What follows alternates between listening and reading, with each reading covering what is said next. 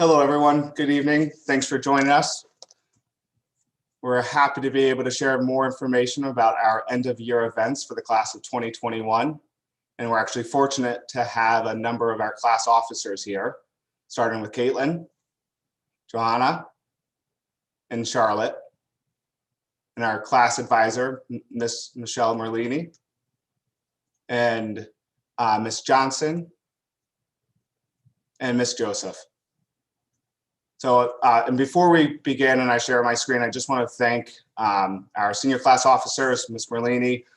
You can probably imagine in a typical year, it's hard to plan all of these events. In a year of COVID, it's almost impossible, and they've done a great job. We met with seniors on Tuesday. We think there's a lot of excitement for the plans we're about to share with you. So let me share my screen and we can start.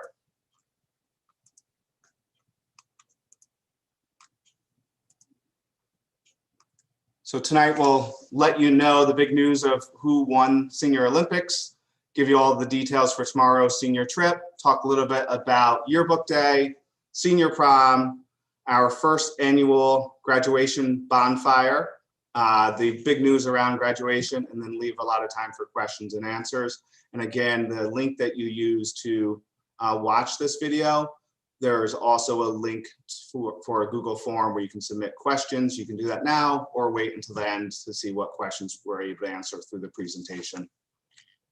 With that, I'll turn it over to Ms. Merlini. Hi, everybody. Thanks for joining us. I just wanted to share, we had a Senior Olympics competition with the senior class. They did various activities over the last 7 weeks. And I'm happy to announce that the winners were, for first place, the Furious Five. They won a $100 gift card to Candlelight. The Sashimi Flyers were second place winners with a $50 gift card to Candlelight. And Team Girl Boss won third place, and they won a front of the line pass at Six Flags. And they are very excited. I'm very proud of them. They did such a phenomenal job on all the work that they did, and they seem to have a really good time with it. I'd like to send a great thank you to Candlelight for their donation to these gifts for these seniors. We couldn't have done this without them. Thank you so much. And tomorrow, as you know, hopefully you know, we're going to Six Flags. This is our senior forum trip. Students need to arrive on campus by 7:45. We plan to be back at Edgemont by 9 p.m. We're asking the Easy Screen app be filled out as we always do every day. It should be second nature at this point. On campus, before the students board the buses, we will be doing a temperature check. The reason we're doing this is because they're also going to be temperature checked before they get into the park when we get down there. So we figured we'd be a little proactive and take temperatures before boarding the buses, just in case if there's an issue. We can put a student aside, let them cool off a little bit, and then take temperatures again. Once students are on the bus, they'll be seated one student per seat on the bus. Mask wearing is required on the bus and in the park. We're asking to make sure that students do not eat on the bus or drink on the bus, so mask wearing the whole time. Lunch is going to be happening in a socially distanced group setting in the pavilion, provided by Six Flags, sponsored greatly in part by the PTSA. We'll also be giving the students vouchers for dinner that they can go to several different restaurants down there. And we're asking that the students make sure that they eat their dinner before we board the buses. We should be leaving the park by 7 p.m. and be back by 9 p.m.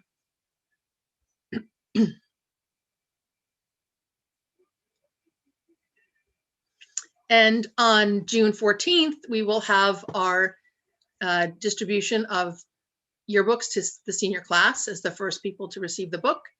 This will be an opportunity for seniors to have their books autographed together, of course, mask wearing and socially distanced, but we'll plan more details around this as we get closer. Our final deadline for the yearbook is actually Monday at midnight. So we're working very, very hard to meet that deadline, especially since spring sports, some of the teams haven't actually had a match yet. And so we're really scrambling to get photos, and working very, very hard this weekend to make this happen. So, but I have no doubt that the students will get this done.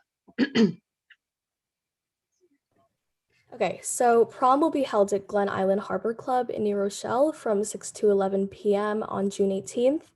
In order to be admitted to the event, a negative COVID test or a proof of vaccination will be needed. And there are two options for the COVID test, either a rapid test within 6 hours or a PCR test within 72 hours. And we will be offering rapid COVID tests on campus the day of prom for any student who needs one. This year, only Edgemont seniors will be allowed to come to prom, and we will have an on-campus pre-prom, but unfortunately, because of COVID, parents will not be allowed to come. And we will also provide buses directly to the venue from pre-prom, and at prom, we will be having a sit-down dinner and a mocktail hour. So the night before graduation, we'll have a final senior get-together. We'll have bonfires, multiple bonfires, where people will be allowed to hop around from bonfire to bonfire if they like.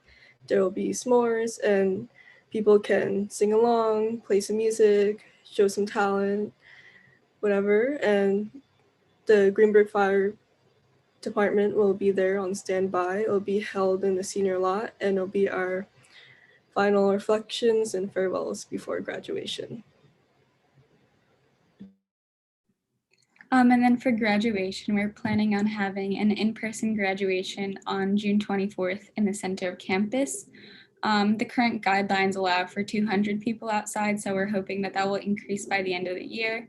And if it's possible to have graduation with everyone, we would have seniors who can bring up to 2 guests, and they would be socially distanced across the center of campus. And we will have better sound quality and maybe TV screens, which is a little bit different in the past, just so that everyone can still hear and see the graduation. And then we have a rain date for June 25th. And also, same as for prom, there are 3 options. You can get a negative COVID test, which would be the PCR or the rapid test, or a proof of vaccination. Thank you for sharing all those details. And just so everyone understands, the state does have a cap for graduations of 200 participants. However, there is also guidance that says that if you exceed the 200 cap, you need to submit a plan to your local Department of Health and have them approve it. So the plan, obviously, that we're describing to you now of every senior on campus with 2 guests, with faculty, the limited faculty that could be there, we'd be just under 550 people. However, we do think that because it's outside the improvement with COVID numbers, we do think that we'll get approval from the Department of Health and be able to put together this type of graduation. But again, everyone would have to show proof of vaccination, PCR test, a negative PCR within 72 hours, or a rapid test within 6 hours. So we plan on submitting that to the Department of Health within the next week, but we're very optimistic given the situation with COVID and how much it's improved over the last couple of weeks. With that, we'd love to answer any questions that you have. And again, there's a Google form that went out in the reminder email today. Please use that to submit questions. And we just want to let you know that when we met with seniors on Tuesday, we talked through these different plans. I think generally there's a lot of excitement. The one area of feedback that we got for graduation is that seniors wish that they could sit together, where they could all be together in the center campus, and then their guests would be in a different location, but there's an appreciation for having all seniors together. The challenge that we have with that is that anyone who is on campus needs to be 6 feet separated if you're not from within the same family. And just thinking about the space we have in the center of campus, it's going to take much more space to have seniors 6 feet apart and then their guests also 6 feet apart, as opposed to having a senior with their guest potted 6 feet apart from the next senior and their guests. So we're going to look at space limitations. Right now, the guidance says we need to be separated by 6 feet outside. which is a bit contradictory because new guidance came out that inside you can be less than 6 feet. So we're optimistic that the 6 feet separation will become 3. That'll give us a little more opportunity. But for now, if nothing changes, everyone who's on campus must remain 6 feet apart unless you're from within the same family. So with that, I'll stop sharing my screen. And open it up to questions.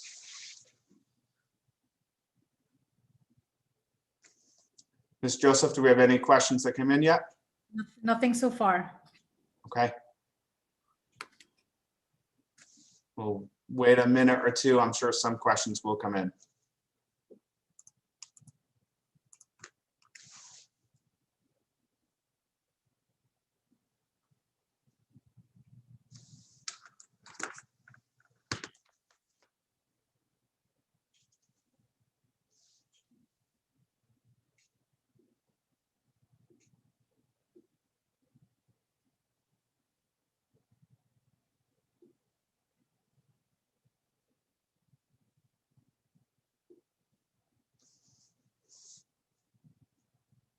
Okay, we have our first question. Yeah, we have first few questions now.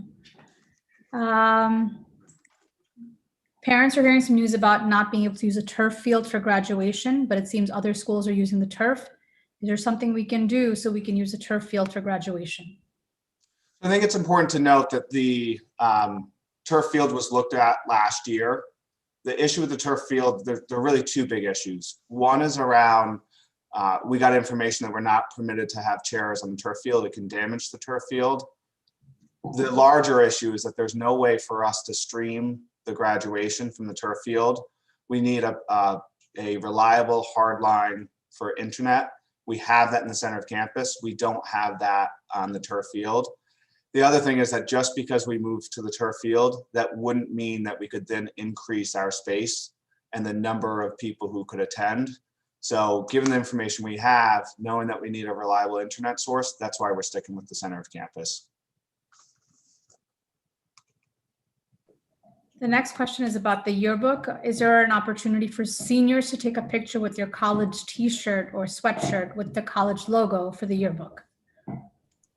Unfortunately, yeah, unfortunately, no. Like I said, our deadline is Monday, and I know that seniors are planning on wearing their sweatshirts on Monday, but our original deadline for this yearbook was actually 2 weeks ago. So that was not factored into any of the pages in the book. So unfortunately, no. Is there any event that requires testing, even if it's fully vaccinated, if students are fully vaccinated? No, if you're fully vaccinated more than 2 weeks out, then you just need to provide proof of that vaccination. I also just want to make sure that people understand the rules with having to quarantine if you are fully vaccinated. So as of right now, and again, things can always change, but as of right now, if you are more than 2 weeks out and less than 3 months from your full vaccination, your second shot or your first with Johnson & Johnson, if you are around someone who tests positive for COVID, you will not have to quarantine if you're fully vaccinated. Now, unfortunately, if we are in a situation where we have someone who does test positive, that person would not be permitted to go to prom or graduation if they test positive, and anyone who's deemed a close contact who is not vaccinated would have to quarantine and would not be permitted to go to graduation or prom if that happened right before prom. Can the New York State Excelsior Pass be used as proof of vaccination? I don't know enough about that pass. My sense is that if you can show that you've had your second shot for either Pfizer or Moderna or the first for Johnson & Johnson, if we can verify that, that would be enough for the proof of vaccination. And for the venue at the prom, they're looking for the card that everybody gets when they have their test. They're not gonna, look for a piece of paper or a printout or something like that. They're gonna want to see the card that everybody gets when they get vaccinated. So I'm not that familiar with the passes either, but if it's on that card, then they'd be good to go. This is, do they need to take the COVID test pre-prom if there's a vaccination? If they're fully vaccinated more than 2 weeks out, no. Do parents who are planning to attend the graduation also need to submit test results or vaccine proof? If we exceed the 200 person capacity, anyone who's on campus needs to show proof of vaccination, negative PCR within 72 hours, or negative rapid test within 6. And again, we plan on offering rapid test here to make it a little bit easier. And then anyone who's on campus would also have to be masked the entire time on campus for graduation.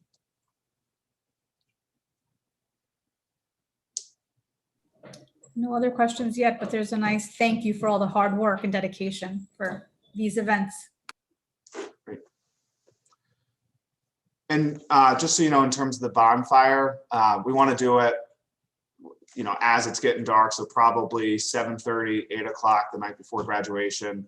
I need to finalize the details with our contact at the fire department. So once we have that, we'll share the information.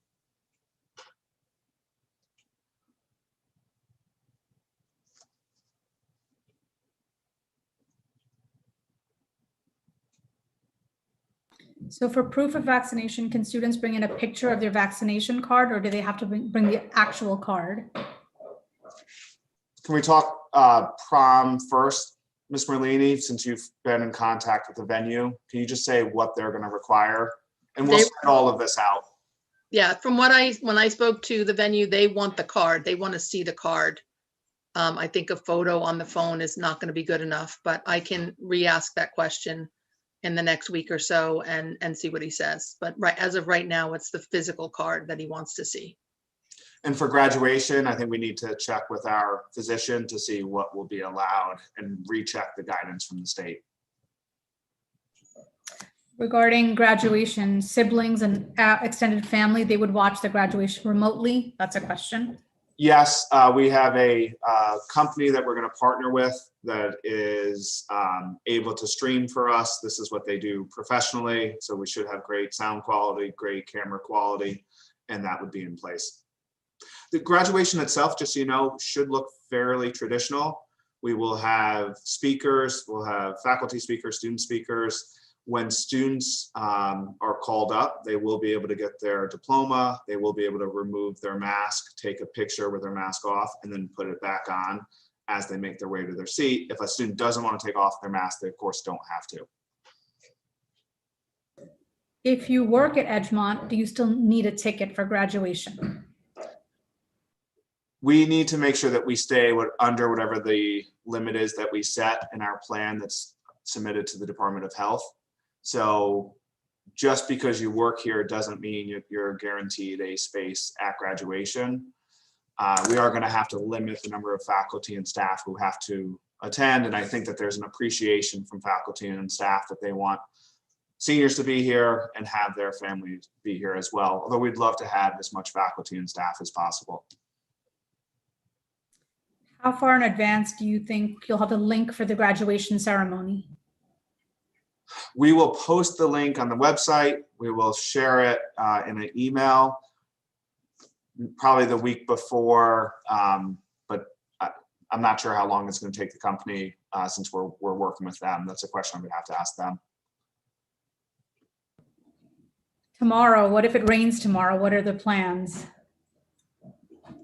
So Six Flags is open tomorrow, rain or shine. What they do at the park is if we get, a spout of rain, they may shut some of the rides temporarily. And depending on the time of the day, so if they shut a ride at maybe 5, they may not reopen it. But typically, I've been there several times. If we get a sprinkle, some of the bigger rides might just halt, and the pavilion will be covered, so we'll be able to eat with no problem. Many of the restaurants are also have coverings or tables with umbrellas, and students will be able to eat. And there's a couple of places that are indoors, but they're tiny. So I think that we're going to have plenty of opportunity to be outside, really enjoy fresh air, and a little rain isn't gonna bother the day at all, I don't think. Positive thinking, no rain for any of these events. The question is about pre-prom. Can pre-prom be held in a larger area or field so the parents can also attend? Again, the issue isn't so much the space. The issue is the limit, the 200-person capacity. And there is language that allows a variance for that for graduation, but that same language doesn't apply to other events. So even if we moved it to, again, the Blanford Field, we couldn't increase the number of participants. We'd still have to limit it to seniors only because we're looking at the number 200. That's the issue as opposed to the space. Will this meeting be available for viewing after this? Just in case. Yes, this will stay on our YouTube account, and then in my weekly update, I'll share this link so everyone can watch it. Are we still planning the pre-prom school gathering if New York State allows? The pre-prom, given the information we have now, we could hold that without issue because we're under the 200-person capacity. So I think we're in good shape. Knock on wood, I don't see them moving backwards with the capacity at this point. And just remember, that's just seniors, not having any parents attend pre-prom. So it's not a traditional pre-prom event. It's a pre-prom with seniors only. If you're a parent and a faculty member, does that count as a ticket? If the seniors are going to get 2 tickets. So to whomever the tickets go to, yes, that would be one of the 2.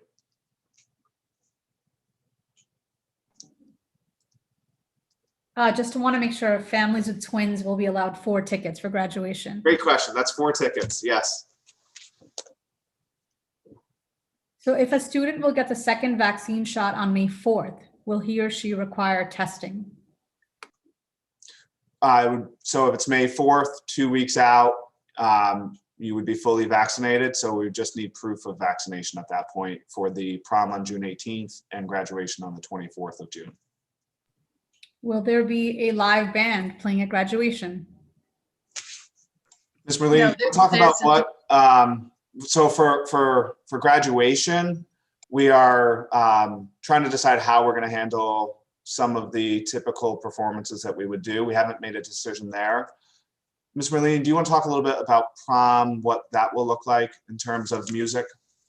Yeah, we use a DJ. We've used the same DJ for years. They know these, this group of kids pretty well and their siblings. That's a great DJ. And, they have a great sound system. There's usually 2 guys there and really gets the kids, dancing. And we're using a very large room. It's at Glen Island, which we've, not used in the past. It's a much bigger space. And the students will have plenty of room to, spread out and dance at the same time. This is regarding the New York State Excelsior Pass. It's stating that it's a wallet pass that allows students to show that they've been vaccinated fully. Is that going to be available? Can students use that is the question. I don't want to misspeak because I haven't had the conversation with Dr. Newell or with our physician to know what we're going to require for proof. My sense is that would probably work, but I just want to be able to confirm that before we give a definitive answer. Will there be a procession for the students during graduation? We expect to have a procession, yes.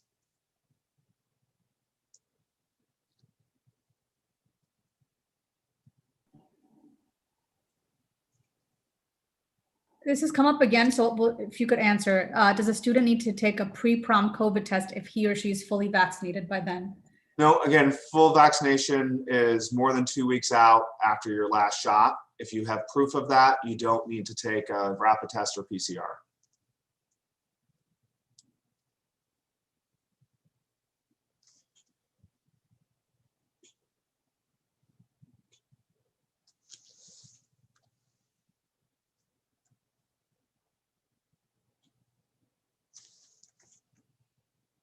All right, we'll wait another minute just to see if any other ones come through.